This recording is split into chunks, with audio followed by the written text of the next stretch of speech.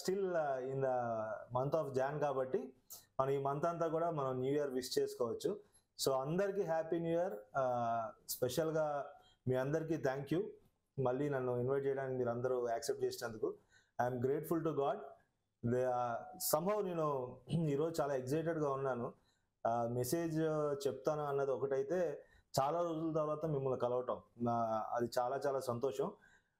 ఎందుకంటే మనం కలిసినప్పుడు మాత్రమే మిమ్మల్ని గుర్తు చేసుకోవడం కాదు, కానీ చాలాసార్లు మీరందరూ గురించి నేను ఆలోచిస్తూ ఉంటాను. ఇన్ఫ్యాక్ట్ అవకాశం వచ్చినప్పుడల్లా నా ప్రార్థనలో నేను గుర్తు చేసుకుంటా ఉంటాను.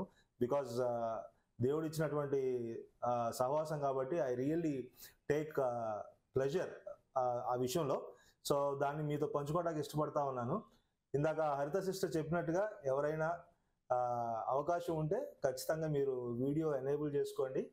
ఈ మధ్యకాలంలో కొన్ని జూమ్ సెషన్స్ చేయటం వలన చాలాసార్లు ఈ పదాన్ని వాడుతూ ఉన్నా, వీడియో ఎనేబుల్ చేసుకోండి అని. సో అవకాశం ఉంటే మీరు ఆ ప్రయత్నం చేయండి.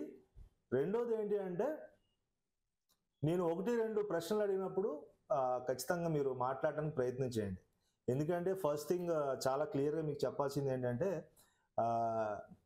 నేను ఫుల్ టైమ్ పాస్టర్ లాగానో లేదంటే రెగ్యులర్ పాస్టర్ లాగా ప్రీచ్ చేసే విధానం నాకు రాదు వాస్తవానికి. I love to interact with people.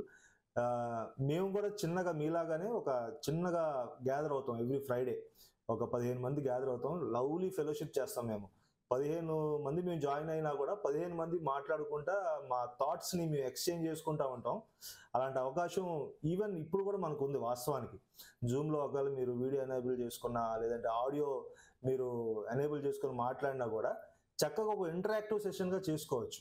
So ఒక్కలే మాట్లాడటం, మిగతా వాళ్ళందరూ వినటం అలాంటి పద్ధతి కాకుండా, maybe in the days to come దేవుని కృపను బట్టి ఇంకా అవకాశాలు వస్తే అలాంటి ఒక ప్రయత్నం చేద్దాం. సో నథింగ్ మచ్, నేను కొన్ని మాటలు చెప్పడానికి ఇష్టపడతా ఉన్నాను. సో హ్యాపీ న్యూ ఇయర్ అందరికీ. ఎవరైనా ఒకరిద్దరు అన్మ్యూట్ చేయడానికి ప్రయత్నం చేస్తారా? ప్రైజ్ లార్డ్ మా Mamata garu, thank you so much sister. Okay, that's the encouragement. చాలు, కొంచెం ఎంకరేజ్మెంట్ చాలు. Let's get in to the scripture. అయితే క్విక్గా చాలా చాలా క్విక్గా చిన్న ప్రేయర్ చేసి we will just go forward. పరిశుద్ధుడైనటువంటి తండ్రి ప్రభా, మీకు వందనాలు ప్రభా.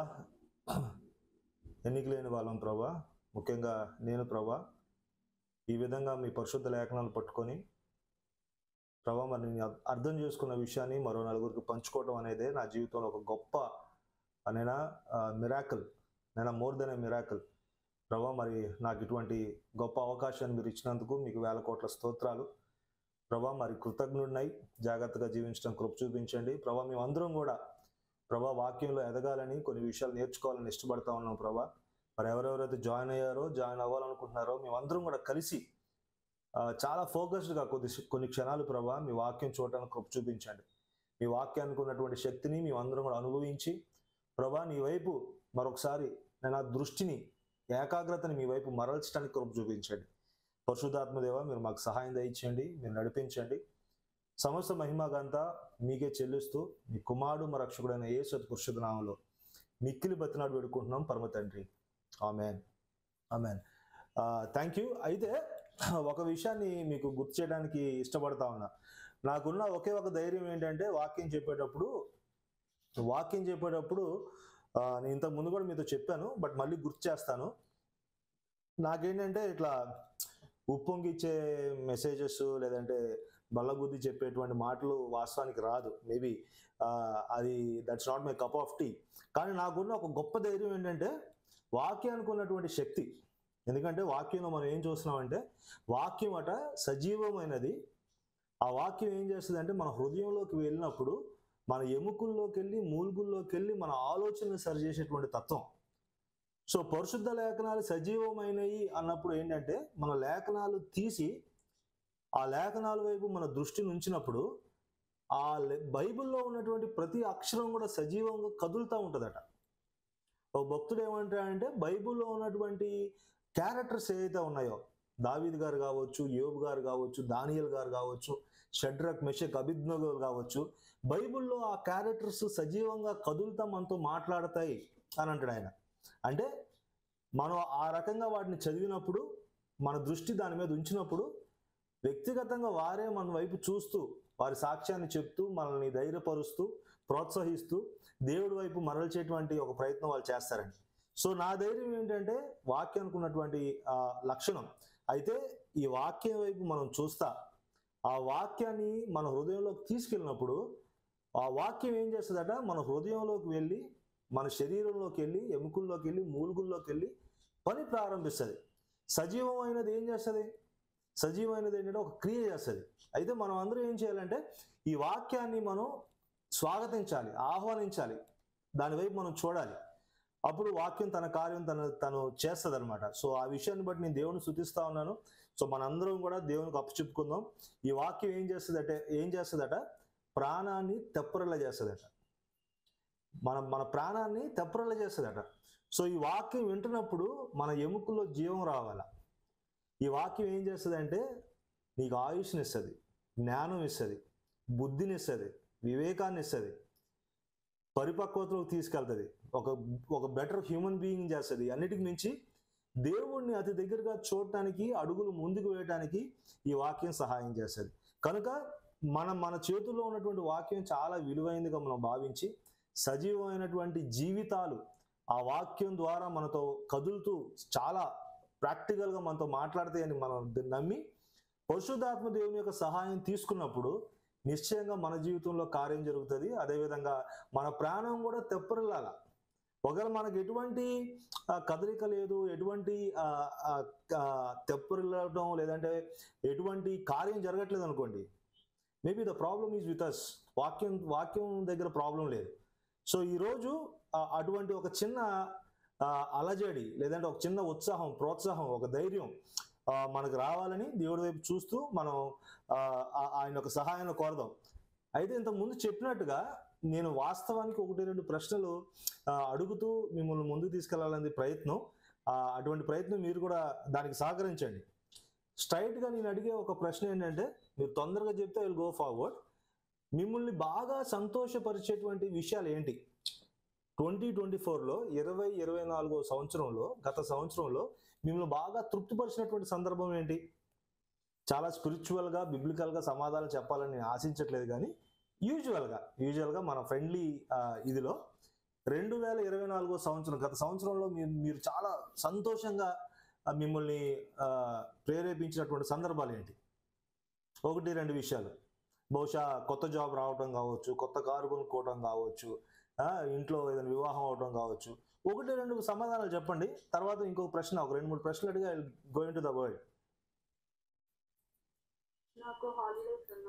వండర్ఫుల్. హాలిడేస్, ఎస్, చాలా చాలా ఇంపార్టెంట్. హాలిడేస్ వల్ల షీ ఫెల్ట్ హ్యాపీ, చాలా సంతోషం. ఓకే, ఇంకా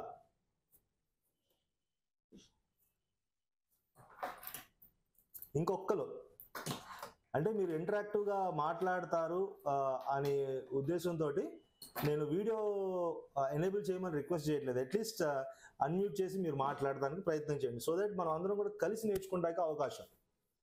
హాలిడేస్ అన్నారు. ఇంకా ఎవరు చెప్పట్లేదంటే నేనేమనుకుంటానంటే అసలు 2024 సంవత్సరంలో మీరు అసలు ఆనందంగా లేరు. There was no time that you felt happy. దేవుడు మీ జీవితాల్లో ఎటువంటి కృపని అనుగ్రహించలేదు. మేబీ నేనేమంటా అంటే 2024లో నేను ప్యారడైజ్ రెస్టారెంట్కి వెళ్ళాను, సూపర్ బిర్యానీ తిన్నాను, ఐ ఫెల్ట్ హ్యాపీ. అది కూడా కావచ్చు.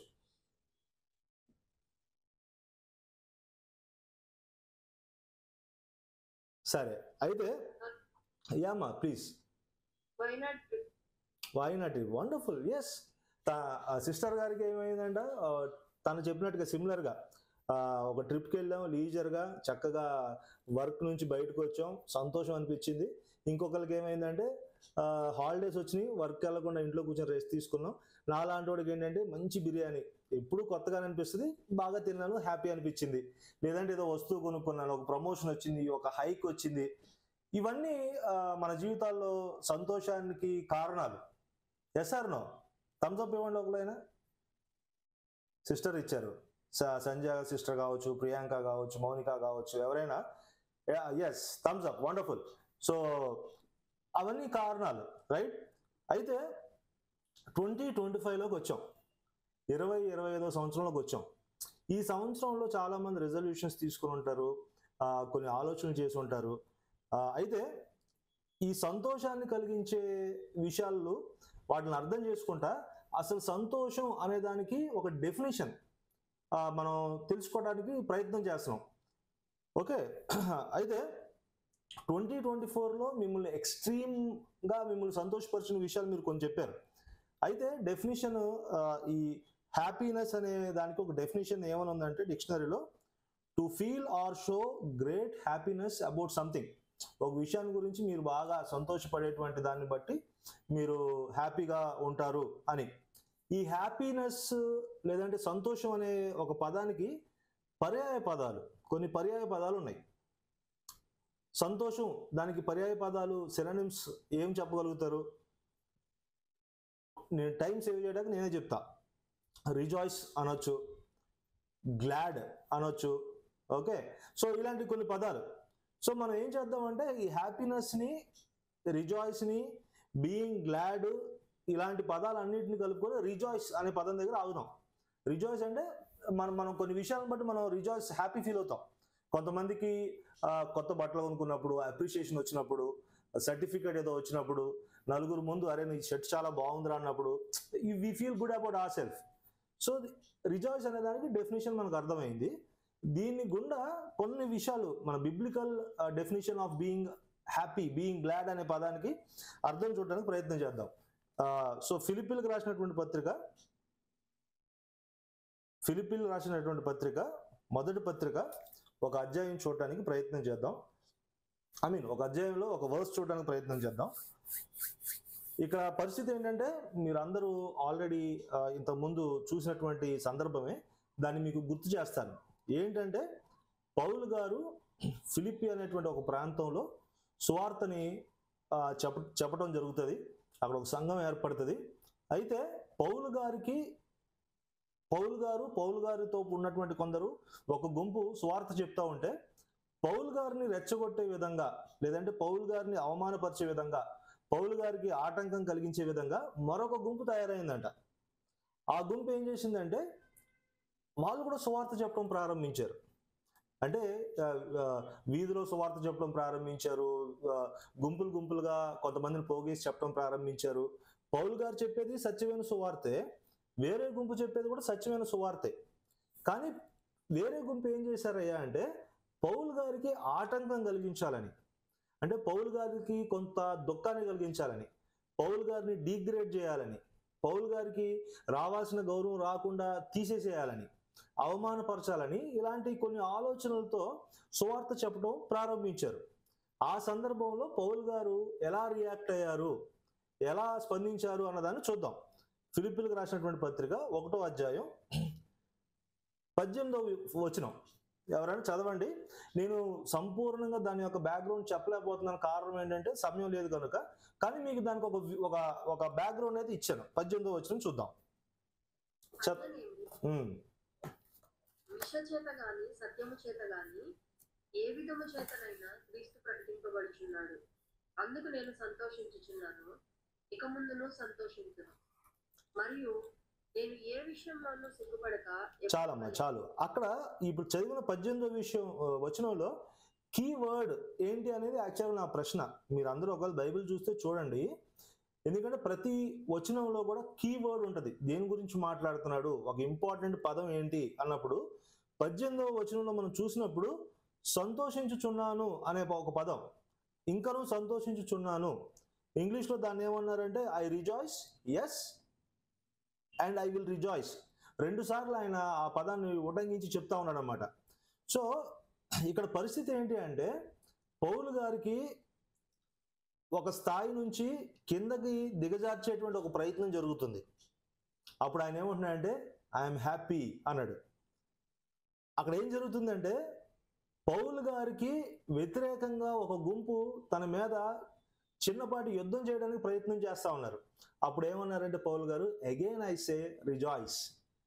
పౌలు గారి దగ్గరికి ఏమొచ్చిందంటే పౌలు గారి గట వేరే ఒకరు నాలాగా ఎదుగుతున్నారు, నాలాగా ఒక స్థాయిలోకి వెళ్ళిపోతున్నారు, నాలాగా పేరు వాళ్ళు తెచ్చుకుంటున్నారు అనేటువంటి అహంకారం కానీ ఆ ప్రైడ్ కానీ లేదట. వేరే వాళ్ళు సువార్త చెప్తున్నప్పటికీ క్రీస్తు ప్రకటింపబడుతున్నాడు కనుక ఆయన ఏమన్నాడంటే ఐ రిజాయిస్ అన్నాడు. అంటే ఒక పర్సనల్ ఎజెండా లేదు, ఆయన మీదకి వ్యతిరేకత వస్తూ ఉంది, ఆయన్ని అవమానపరచాలని ప్రయత్నం చేస్తూ ఉన్నారు, ఆయన్ని అగౌరవపరచాలి, దుఃఖం కలిగించాలి, ఆటంకం కలిగించాలి అనే ఒక ప్రయత్నం చేస్తూ ఉన్నారు. ఆ సమయంలో పౌలు గారి యొక్క వైఖరి ఏంటంటే ఆయన ఏమంటున్నా అంటే ఐ రిజాయిస్. అయితే ఇక్కడ నేను ఆగి ఒక ప్రశ్న వేస్తా, మిమ్మల్ని ఎవరైనా అవమానపరచాలనేటువంటి ఒక ప్రయత్నం చేస్తే, మీకు ఎవరైనా దుఃఖం కలిగించాలని ఇంటెన్షనల్గా మీకు తెలిసేలాగా కొన్ని పనులు మీకు ఎదురుగా చేస్తూ ఉంటే, మీ మీద ఎవరైనా ఎదురుదాడి చేయడానికి ప్రయత్నం చేస్తూ ఉంటే, మీ యొక్క ఈగోని హర్ట్ చేయాలని చెప్పి ఎవరైనా ప్రయత్నం చేస్తూ ఉంటే, ఎప్పుడైనా ఐ రిజాయిస్ అనే పదాన్ని మనం వాడామా? అక్కడ ఆగిపోక అగైన్ ఐ సే రిజాయిస్ అనే పదాన్ని మనం వాడామా? అయితే మన ముందున్నటువంటి ఒక సవాల్ ఏంటంటే ఈ 2025లో ఈ 2025వ సంవత్సరంలో క్రీస్తు బిడ్డలుగా, క్రీస్తు విశ్వాసులుగా దేవుని యొక్క అడుగుజాడల్లో మనం అడుగులు ముందుకు వేస్తున్నప్పుడు ఇటువంటి పరిస్థితులు నిశ్చయంగా ఖచ్చితంగా మనకు వస్తాయి.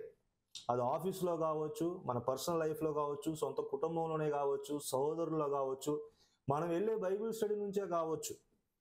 నిన్ను నన్ను ఖచ్చితంగా ఎవరైనా అవమానపరచాలనో, దుఃఖపరచాలనో, ఇబ్బంది పరచాలనో, లేదంటే చిన్నగా మాటలతో గాయపరచాలనో ఎవరైనా మన మీద దాడి చేయడానికి ప్రయత్నించినప్పుడు నువ్వు నేను ఎటువంటి విశ్వాసంతో మాట్లాడాలంట? రిజాయిస్ అనే మాట మాట్లాడాలి. పౌలు గారి దగ్గర ఆ పరిస్థితులు జరుగుతున్నటువంటి సందర్భం ఏంటంటే సువార్త పని రక్షించడానికి, ఆయన సత్యమైనటువంటి సువార్తను చెప్పడానికి పరిచర్యలో, దేవుని పరిచర్యలో అడుగులు ముందుకు వేస్తున్నప్పుడు, ఒక మంచి పని చేస్తున్నప్పుడు, నిజంగా దేవుని పిలుపుకు లోబడి విధేయుడై దేవుని కార్యం చేస్తున్నప్పుడు, ప్రజలు ఆటంకపరిచినప్పుడు ఆయన ఎలా చూశాడయ్యా అంటే, ఏదైనా కానీ నేను గాయపరచబడిని, నేను తగ్గింపబడిని, నన్ను అగౌరవపరచడానికి ప్రయత్నం చేయనియండి, ప్రజలు నన్ను దుఃఖపరచడానికి ప్రయత్నం చేయనియండి, అయినా కూడా దేవుడి పని జరుగుతుంది కనుక ఐ రిజాయిస్ అన్నాడు ఆయన.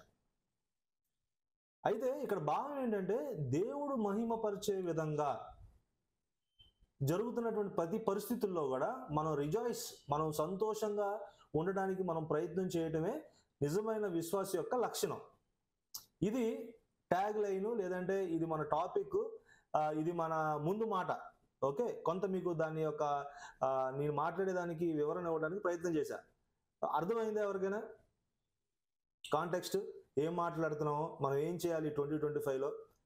మనం ఎప్పుడు రిజాయిస్ అంటామయ్యా అంటే మనకి మేలుకరంగా జరిగినప్పుడే మనం హ్యాపీగా ఉండటం విశ్వాస యొక్క లక్షణం కాదు. ప్రకాష్ గారు కావాల్సినటువంటి మంచి జాబు లేదంటే ప్రమోషన్ వచ్చినప్పుడు మాత్రమే ఒకవేళ సంతోషంగా ఉన్నాడంటే బహుశా ఆ డెఫినేషన్లో ప్రాబ్లం ఉంది. అన్నప్పుడు హ్యాపీగా ఉండకూడదంటే of course you can be happy. కానీ వాక్యం ఏం చెప్తుందంటే నీ పరిస్థితులు నీకు ఆటంకంగా ఉన్నప్పుడు, నీకు అవమానం వచ్చినప్పుడు, నీకు కష్టంగా వచ్చినప్పుడు కూడా రిజాయిస్ అనేటువంటి మాటలు మాట్లాడేటువంటి స్థాయిలోకి మనం ఎదగాలని వాక్యం మనకి నేర్పిస్తూ ఉంది. ఇంకొంత మనం ముందుకు వెళ్ళడానికి ప్రయత్నం చేద్దాం, సో దట్ ఆ రిఫరెన్సెస్ ద్వారా మనకి మరికొంత వివరణ వచ్చే అవకాశాలు ఉన్నాయి. అంటే బైబిల్లో చాలా మంది వ్యక్తులు ఉన్నారు, వారికి ఉన్నటువంటి పరిస్థితుల్లో వాళ్ళు ఎలా స్పందించారో చూడడానికి ప్రయత్నం చేద్దాం. ఒకసారి మీరు చూస్తే మనం ఏం మాట్లాడుతున్నాం? సంతోషం అనే ఒక పదం మనం మాట్లాడుతున్నాం. సంతోషం మనకు ఎలా వస్తుంది? ఎవరైనా చెప్పగలుగుతారా ఒక మాట? సంతోషం మీకు నాకు ఎలా వస్తుంది? సంతోషం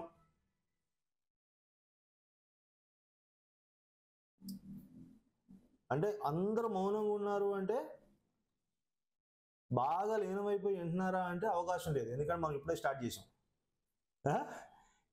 సో ఒక్కరిద్దరు ఆ హ్యాబిట్ మనం నేర్చుకోవడానికి ప్రయత్నం చేయాలి యాక్చువల్గా. ఎందుకంటే వి ఆల్ ఆర్ ఆఫ్ కొంచెం అటు ఇటుగా ఒక ఏజ్ గ్రూపే, మన అందరం ఫ్రెండ్స్. ఇదేమి లైవ్ వెళ్ళట్లేదు, ఇక మనకు ఎవరు మార్క్స్ ఎవరు, మనం నేర్చుకోవాలనేటువంటి ఆసక్తితో వచ్చాం కనుక మనం ప్రయత్నం చేయాలి. సో అటువంటి ప్రయత్నం మీరు ఈరోజు చేయకపోయినా వచ్చే వారాల్లో వేరే సహోదరులు మాట్లాడినప్పుడు ఆ ప్రయత్నం చేయండి.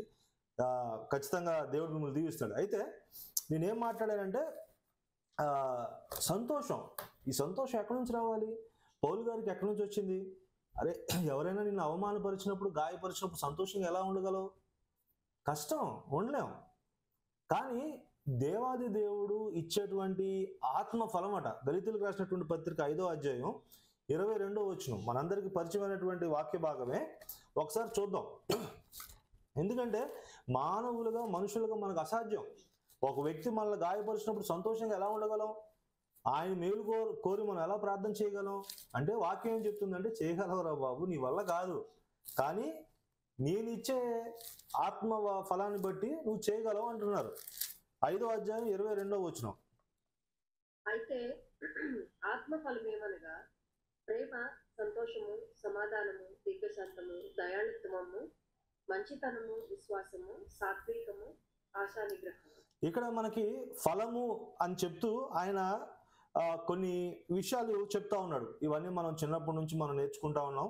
అయితే ప్రథమంగా మనం చూడాల్సినటువంటి మాట ఏంటంటే, ఆత్మ ఫలము మనలో ఎలా కనబడుతుంది అంటే, మనలో నుంచి వచ్చేటువంటి ప్రేమ, తర్వాత ఇమీడియట్ గా ఏమంటున్నారంటే సంతోషం. ఈ సంతోషం ఎలాంటిదయ్యా అంటే, మనుషులు ఇచ్చేటువంటి సంతోషం కాదట. అంటే నీ కనులకు కనిపించే దాన్ని బట్టి పడేటువంటి సంతోషం కాదు.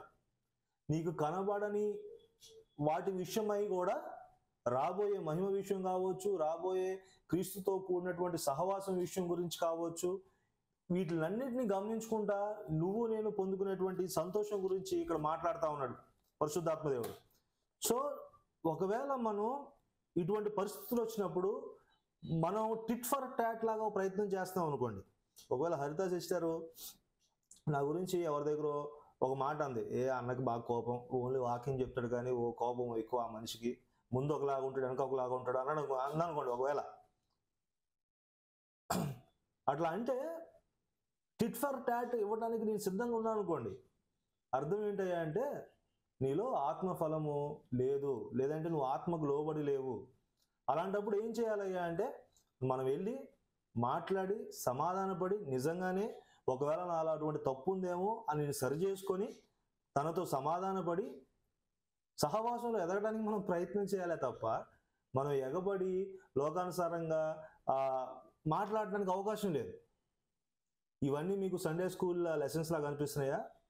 చాలా సంతోషం ఒకవేళ అలా అనిపిస్తే. ఎందుకంటే నిజంగానే ఇవన్నీ కూడా ప్రాథమిక లక్షణాలు, విశ్వాసికి ఉండాల్సినటువంటి కనీస బాధ్యతట. ఇవన్నీ సండే స్కూల్ లెసన్స్ అంటే ఎస్, నాకు చాలాసార్లు ఏమనిపిస్తుంది అంటే, మనం మాట్లాడే లేదంటే వ్యక్తిగతంగా నేను మాట్లాడే చాలా విషయాలు Kinder garden Bible study topics ఏమో అనిపిస్తుంది, కానీ అవే కొన్నిసార్లు చాలా కష్టం అయిపోతాయి. అయితే పరిశుద్ధాత్మ యొక్క ఆత్మ ఫలం ఏంటంటే సంతోషం. నిరంతరం నీ యొక్క సంతోషాన్ని నువ్వు కోల్పోలేకపోవటం. నీ చుట్టూ ఉన్న పరిస్థితులు కష్టంగా అనిపించినప్పటికీ లోపల నీవు సంతోషంగా ఉండేటువంటి ఒక స్థితి. ఆ స్థితి ఎక్కడి నుంచి వస్తుందయ్యా అంటే, ఆత్మ, దేవుని యొక్క ఆత్మను బట్టి ఆయన మనలో నివసించడం ద్వారా కలిగేటువంటి ఒక ఫలమట. లేదంటే ఆత్మ ఫలము, ఆ ప్రేమ, ఆ సంతోషం మనం అనుభవించటం. సో పౌలు గారు మరి ఆయన మీద అటువంటి ఎదురుదాడి జరుగుతున్నప్పుడు ఎలా ఇటువంటి మాటలు మాట్లాడాడయ్యా అంటే, దేవుని యొక్క కృప. ఒకవేళ మనం అలాంటి పరిస్థితుల్లో సరిగ్గా మనం సమాధానంగా సంతోషంగా ఉండట్లేదు అనుకోండి, మనం ప్రార్థించాలి, ప్రభువా మీ యొక్క కార్యం నాలో జరగట్లేదు, నాలో ఆ సెల్ఫ్ కంట్రోల్ లేదు, నేను వెంటనే ఎదుటివాడిని గాయపరచాలి, టిట్ ఫర్ టాట్, ఒక ఆ విధానం లోకానుసారమైన ఆలోచనలు నాకు వస్తే నన్ను క్షమించండి ప్రభువా అని మనం కన్ఫెస్ చేసి, అలాంటి పరిస్థితుల్లో కూడా మనం సంతోషంగా ఉంటూ ఎదుటివాని కొరకు ప్రార్థించేటువంటి స్థితికి మనం వెళ్ళగలిగితే నిజమైనటువంటి సంతోషాన్ని మనం అందరూ అనుభవించగలం. సో ఈరోజు సంతోషం అనే పదానికి డెఫినేషన్, వాక్యానుసారమైన డెఫినేషన్ ఏంటో చూడడానికి ప్రయత్నం చేస్తున్నాం. మరొక వచనం కూడా నేను చూపిస్తాను. తెస్సలోనికీయులకు రాసినటువంటి మొదటి పత్రిక, తెస్సలోనికీయులకు రాసినటువంటి మొదటి పత్రిక. మనకు 2 పత్రికలు ఉంటాయి, దాంట్లో మొదటి పత్రిక. మీరు ధైర్యంగా ఉండండి, ఒకవేళ మీలో ఎవరైనా చదవకపోతే నేనే చదువుతాను. మీరు అందరూ వింటున్నారనేటువంటి గొప్ప విశ్వాసంతో నేను అదే స్థాయిలో నేను మాట్లాడతాను. దాంట్లో ఎటువంటి బాధ లేదు. తెస్సలోనికీయులకు రాసినటువంటి మొదటి పత్రిక మీరందరూ తీయడానికి ప్రయత్నం చేయండి. 5వ అధ్యాయం 16వ వచనం. ఎవరైనా నా మాటలు వింటున్నారా? థమ్స్ అప్ కొట్టడానికి ప్రయత్నం చేయండి.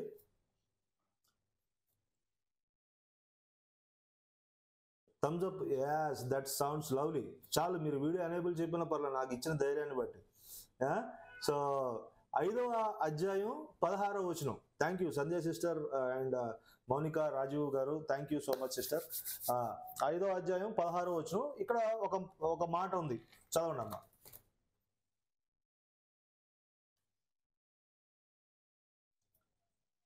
నేను చెప్పినదేమనగా, ఆత్మానుసారంగా నడుచుకుని అప్పుడు మీరు మీ శరీరేచ్ఛను నెరవేర్చరు.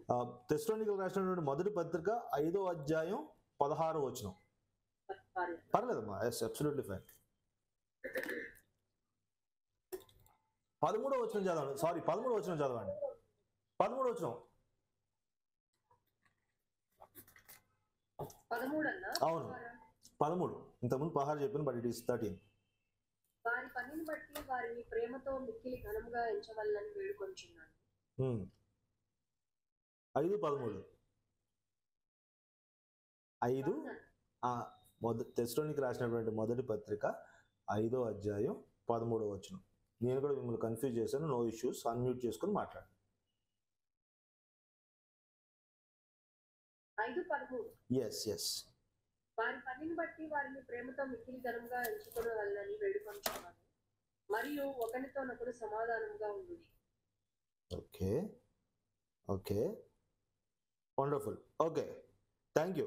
సో ఇక్కడ థ్యాంక్ యూ సిస్టర్, మీరు చదివింది 100% కరెక్ట్. మీ బైబిల్ నా బైబిల్ ఒకటే. ప్రకాష్ మీకు తప్పు కోట్ చేశాడు. So wonderful, thank you. అయితే ఇక్కడ నేను చూపించాల్సిన వాక్యం ఏంటంటే దాని ముందున్న వచనాలు వాస్తవానికి, రైట్? ఆ వచనాలు నేను మీకు చూపిస్తాను.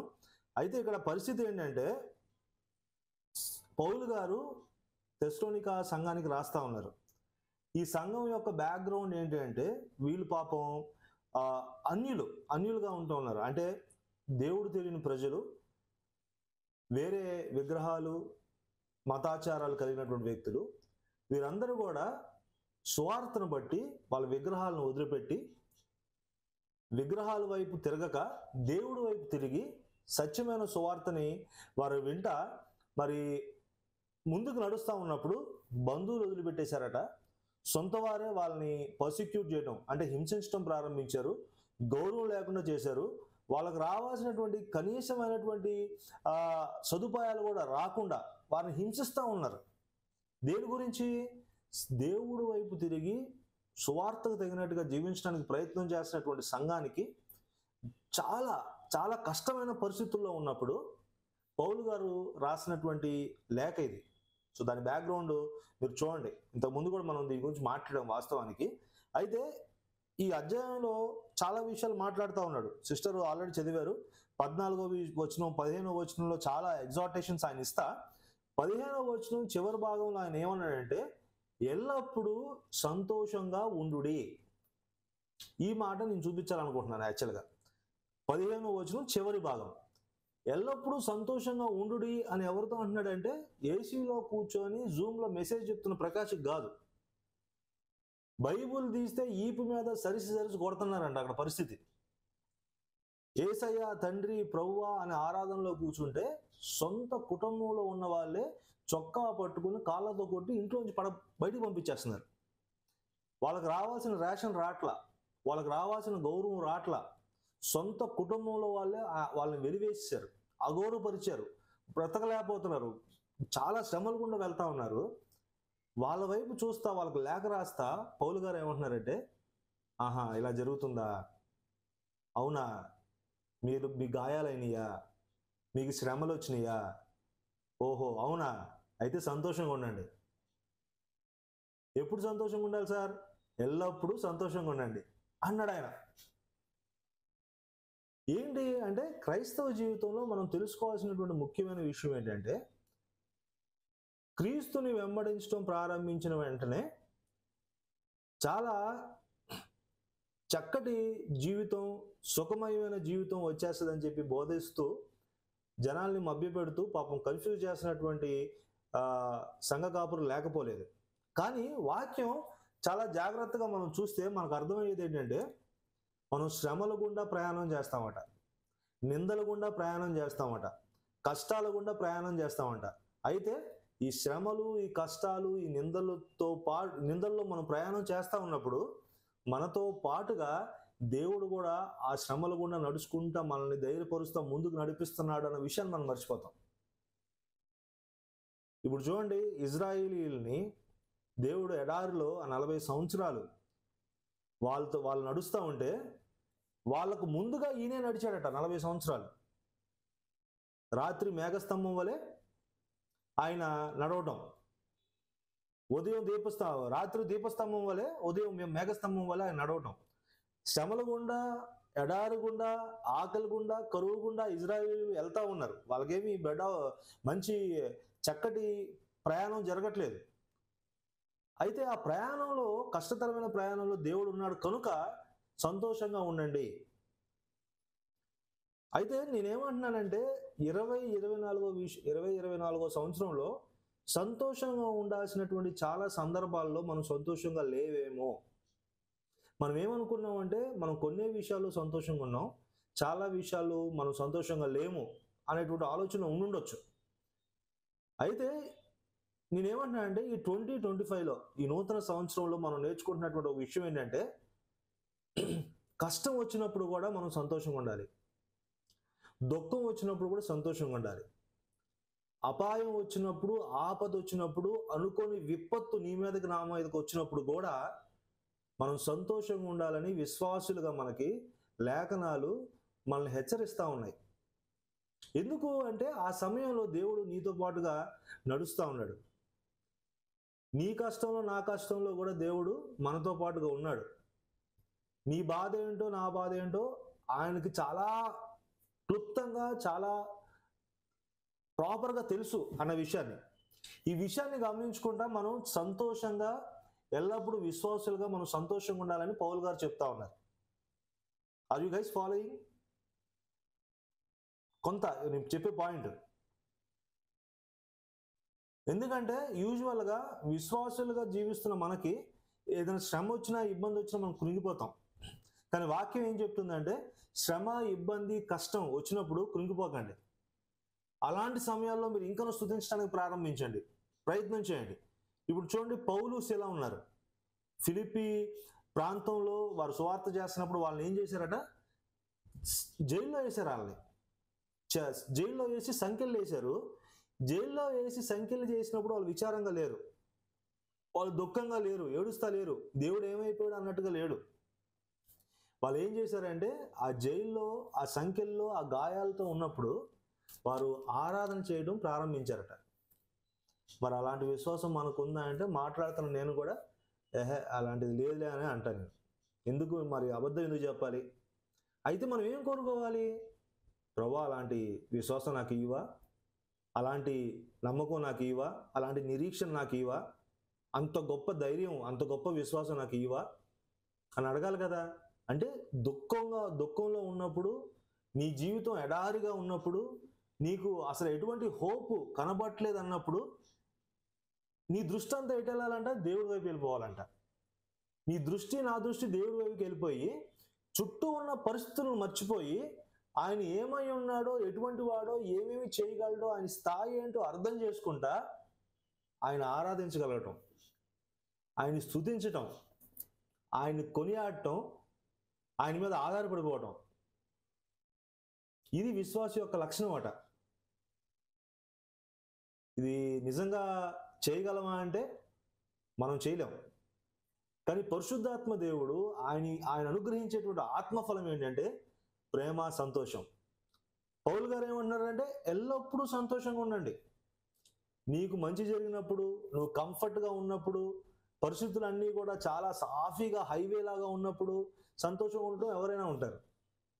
కానీ ఎటు వెళ్తున్నావో తెలియనప్పుడు, అడవిలో నడుస్తా సడన్గా చీకటి అయిపోయినప్పుడు, చుట్టూ ఎప్పుడు వినని కొన్ని సౌండ్స్ వస్తున్నప్పుడు, భయంతో ఉన్నప్పుడు కూడా సంతోషంగా ఉండాలని వాక్యం మనకు నేర్పిస్తూ ఉంది. అయితే మనం ఏం చేయాలి? ప్రభువా, ఈ సంవత్సరంలో అటువంటి పరిస్థితి ఏదొచ్చినా కూడా తండ్రి, ఆ పరిస్థితులన్నిటిని నేను చూడకుండా నీ వైపు నా దృష్టిని మరల్చి నువ్వేమై ఉన్నావో, నీ స్థాయి ఏంటో, నువ్వు ఎటువంటి వాడివో, ఏమేమి చేయగలవో, నా యందు ఎటువంటి ప్రణాళిక నువ్వు కలిగి ఉన్నావో ఆ విషయాలను బట్టి గమనించుకుంటా. చుట్టూ జరుగుతున్న నష్టాన్ని బట్టి నేను అధైర్యపడక, నువ్వేమై ఉన్నావో దాన్ని బట్టి దాన్ని గమనించుకుంటా సంతోషపడటం నాకు నేర్పించవా అని మనం అడగాలి. నేను అడగాలి, మీరు అడగాలి.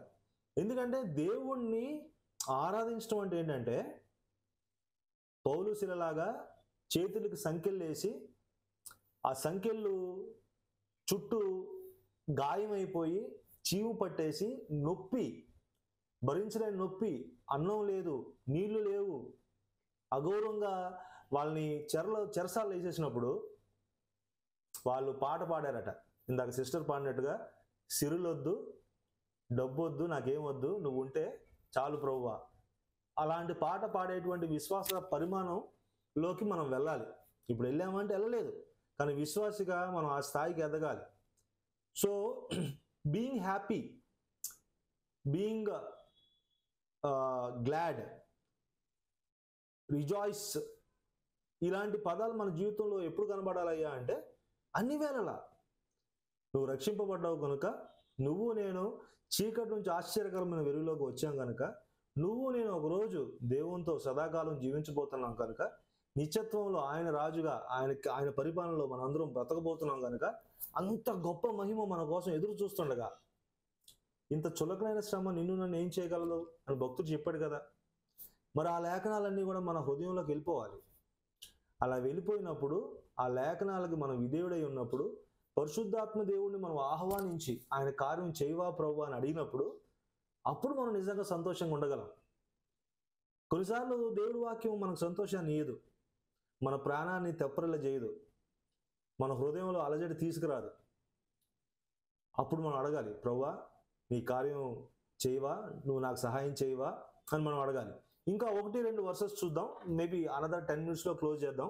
బికాజ్ మనం మాట్లాడుకోవాలి అని అనుకున్న ఒక పాయింట్ మనకు అర్థమైతే చాలు. నా పాయింట్ ఏంటి అంటే, దేవుణ్ణిలో ఎల్లప్పుడూ సంతోషంగా ఉండాలి.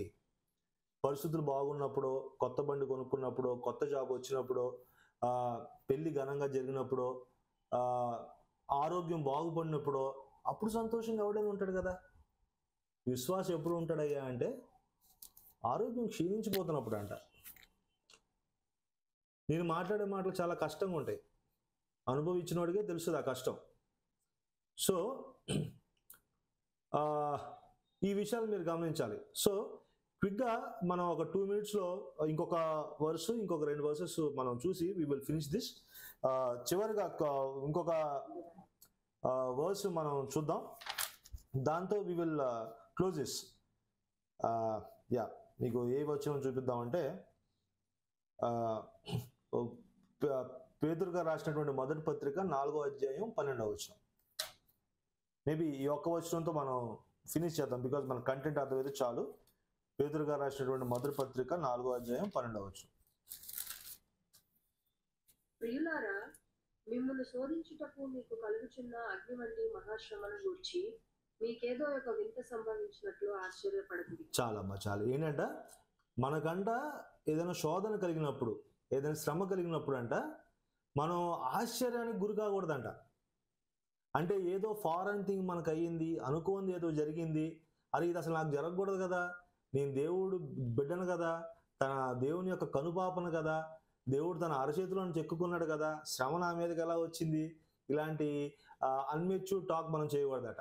ఎందుకంటే పౌలు గారు, మన పేతురు గారు సంఘానికి రాస్తా ఆయన ఏమంటున్నాడంటే, మీకు అగ్ని వంటి శ్రమను గురించి మీకు ఏదో వింత సంభవించినట్టు ఆశ్చర్యపడకూడి.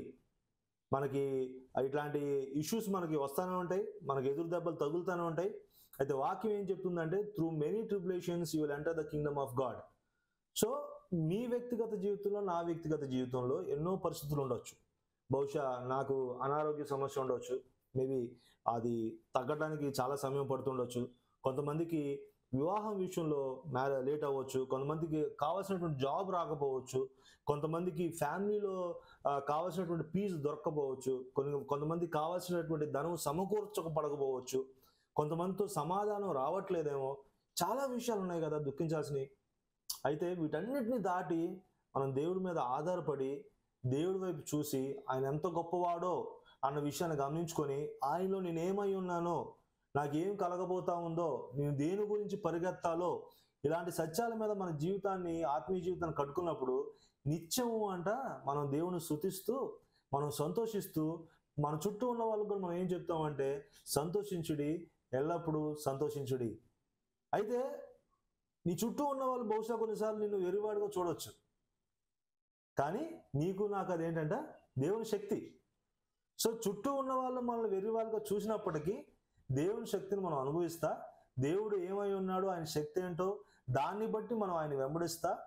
ఈ 2025లో టఫ్ టైమ్స్ గుండా మనం వెళ్ళిన ప్రతిసారి మనం గుర్తు చేసుకోవాల్సింది ఏంటంటే this is the time to worship the Lord in true sense. కష్టమే, కానీ ఆ ప్రమాదంలోకి, ఆ శ్రమలోకి వెళ్ళక ముందు నుంచే మనం ప్రార్థనలో దేవుని యొక్క సహాయాన్ని అడగాలి. ప్రభువా, ఏదైనా నేను ఊహించని శ్రమ నాకు సంభవించినప్పుడు నేను ఎలా రియాక్ట్ అవ్వాలో నాకు నేర్పించండి, నన్ను సిద్ధపరచండి, తగిన విశ్వాసం నాకు దయచేయండి అని ప్రార్థిస్తూ ఈ 2025 అంతా కూడా let us rejoice in the Lord, let us be glad, let us worship the Lord in true sense. May the Lord bless us. Thank you so much. దేవుడు మనందరం దీవించిన గాక. Thank you. Amen. Thank you so much. Thank you so much అన్న. కొంచెం లేట్గా తెలిసింది, actually phone చేసి చెప్పారు. Absolutely fine. Yeah, good for us. మనం అట్లేం లేదు. So maybe do we have another 5 minutes? No, maybe ఒకరిద్దరు ఏమైనా యాడ్ చేయాలంటే ఖచ్చితంగా మీరు యాడ్ చేయండి, లేదంటే వీ కెన్ క్లోజ్ ఇట్. ఎవరైనా మాట్లాడాలనుకుంటే అన్మ్యూట్ చేసి మాట్లాడండి.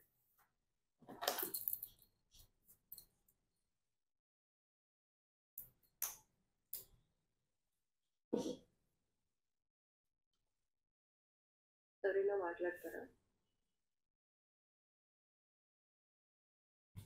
Thank you, brother, for the wonderful message. Thank you sister. She